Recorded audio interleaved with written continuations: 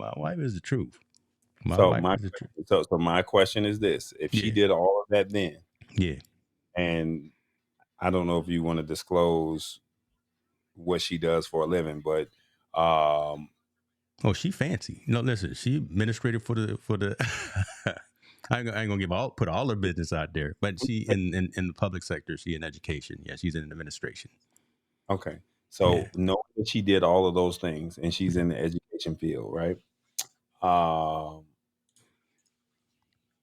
how have things has she continued that same movement of saying what I saw on TV was wrong?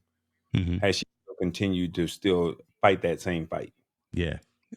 Long answer, short answer, yes. She's still vigilant. She's still active, and the work that she does within the county that she helps oversee, a lot of the programs that she initiates are really around making sure that everyone is represented properly and fairly. And when injustices happen, again, man, she's the truth. So y'all need to Google my wife, right? I'm just here. And I only say that because I mean we saw how everybody said, well, we're gonna have more inclusion, diversity, Hmm. and inclusion, right? We said we were gonna have that, but then now the pandemic is over with.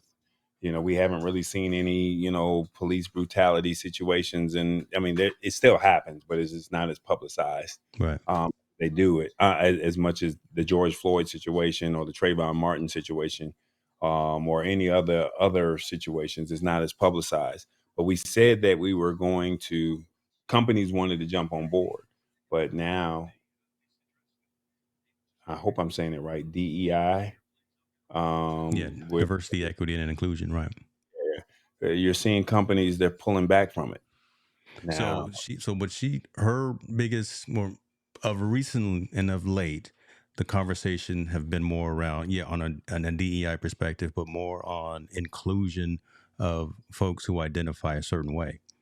So, right, ensuring that there's representation for folks who were transgender, for LGBTQ, things of that nature. So she's fighting that fight and making sure that those students feel safe and feel comfortable approaching their teachers, approaching other students, and just being comfortable in a learning environment. So that's been a lot of the fights that she's been involved in at board meetings, at uh, sessions, and things of that nature. So the conversation has changed a little bit from, again, police shooting black kids out there on the street a lot.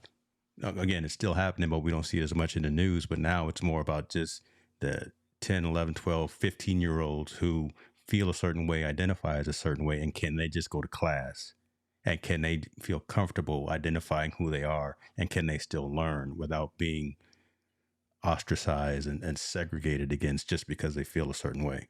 So that's been, from what I understand, from what I know, and from what I've heard her talk about lately, some of the majority of the conversations that have been happening in the public school system. So she's still out there fighting that fight, man. I give her props on it, man, because somebody's got to do it, and she's good people to do that as well.